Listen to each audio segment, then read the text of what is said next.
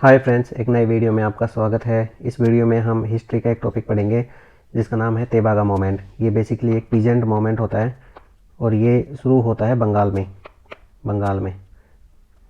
और बंगाल में शुरू होता है 1946 से 47 तक। अब ये मोमेंट शुरू हो उससे पहले हम उस टाइम की ब्रिटिश हायरार्की देखते हैं। उस टाइम ब्रिटिश गवर्नमेंट सबसे ऊपर थी। उसके बाद ज़मींदार होते थे। बेसिकली 3 तरह के सेटलमेंट होते थे। एक होता था परमानेंट सेटलमेंट, एक होता था रैयतवारी, एक होता था महालवारी। तो ये परमानेंट सेटलमेंट है, ये 1793 में शुरू किया था और शुरू करने वाले थे लॉर्ड कॉर्नवालिस। और इनके अकॉर्डिंग 11th जो पार्ट होता था क्रॉप का वो गवर्नमेंट को जाना होता था और इस पार्ट में भी 10/11 होता था वो गवर्नमेंट को जाता था और 1/11 होता था वो जाता था ज़मींदार्स को। लेकिन ये ज़मींदार्स होते थे, ये इससे भी कहीं ज़्यादा एक्सप्लॉइट करते थे किसानों को। इसी की वजह से ये एक लेविश लाइफ जीते थे और मेनली रहते थे अर्बन एरिया में, शहरों में रहते थे। तो ये अपने जो राइट हैं वो ट्रांसफ़र करते थे जोतेदारों को। अब ये जोतेदार होते थे, ये मार्केट जो होते थे लोकल मार्केट उनको कंट्रोल करते थे और ये मनी लैंडिंग का भी काम करते थे, पैसे उधार देते थे। अब ये जोतेदार होते थे, ये जो ज़मीन होती थी इनको पत्तानी सिस्टम होता था, अलग अलग सेक्शन, जैसे ये सेक्शन हुआ और ये सेक्शन हुआ। और ये जो पत्तानी सिस्टम के अकॉर्डिंग ये सेक्शन है ये बारगदार्स को अलॉट कर देते थे। ये बारगदार बेसिकली पीजेंट ही होते थे, किसान ही होते थे और इनको ये अलॉट करके उनके ऊपर एक प्रथा थोप देते थे। उस प्रथा का नाम था अधेरी प्रथा। अधेरी प्रथा के अकॉर्डिंग 50-50% हिस्सा होता था जोतेदार का और किसान का। जैसे किसान ने 100 kg उगाया तो 50 kg होता था बारगदार मतलब किसान का और 50 होता था जोतेदार का। इसके अलावा एक और प्रथा होती थी खमार करके। खमार का मतलब होता था गोडाउन। तो ये जो खमार में ये जोतेदार हैं ये किसानों की उपज को ले जाके जमा कर देते थे और फिर वहीं से ये किसान अपने जो हिस्सा है वो कलेक्ट करते थे। तो बेसिकली अपने हिस्से के लिए इनको काफ़ी मशक्क़त करनी पड़ती थी और इनका काफ़ी एक्सप्लॉयटेशन होता था। तो इन सब की वजह से एक मोमेंट शुरू हुआ, उस मोमेंट का नाम था तेबागा मोमेंट। तो तेबागा मोमेंट को हम डिस्कस करें उससे पहले उसकी पृष्ठभूमि देख लेते हैं। तो 1935 में गवर्नमेंट ऑफ इंडिया एक्ट आता है, गवर्नमेंट ऑफ इंडिया एक्ट, और 1937 में इलेक्शन होते हैं। तो इलेक्शन में जो बंगाल होता है उसमें मेन पॉलिटिकल पार्टी होती है कांग्रेस, दूसरी होती है मुस्लिम लीग,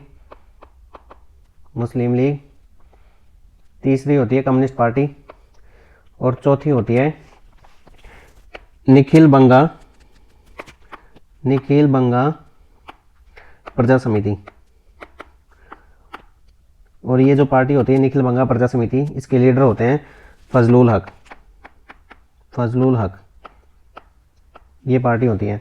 तो जो सीपीआई होती है इस इलेक्शन में एक मैनिफेस्टो जारी करती है और उस मैनिफेस्टो में इनका जो मेन पॉइंट होते हैं वो होते हैं कि ज़मींदारी एबोलिश कर देंगे अगर जीत के सामने आए तो, और एक जो शेयर होता है उसको हाफ से कम करके 1/3 कर देंगे।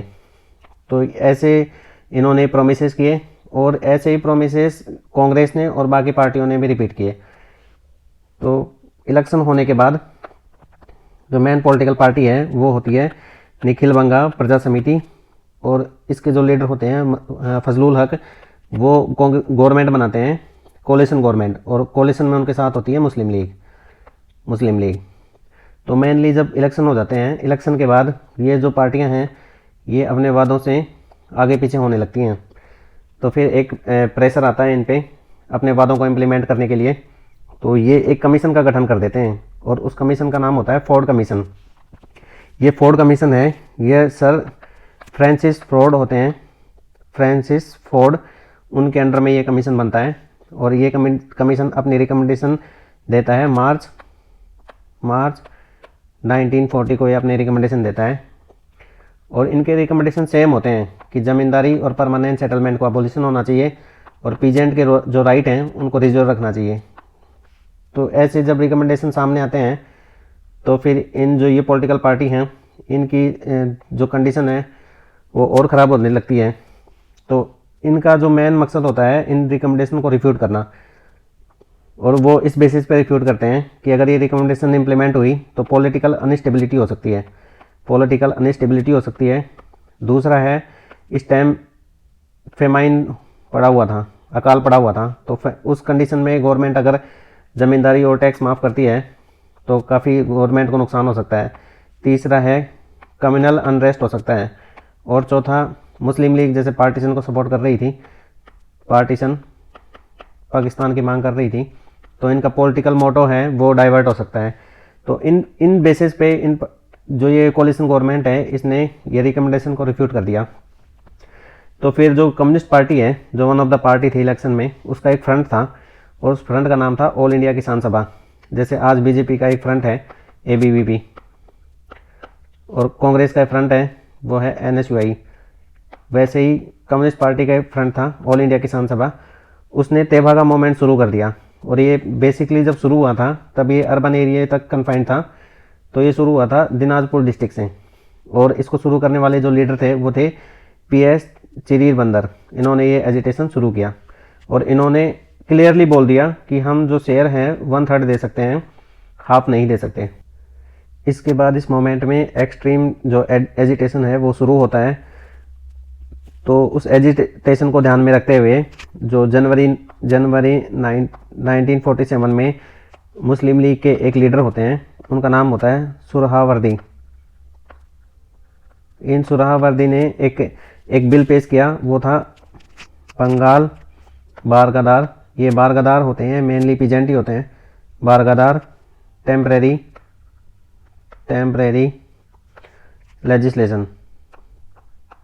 Legislation bill.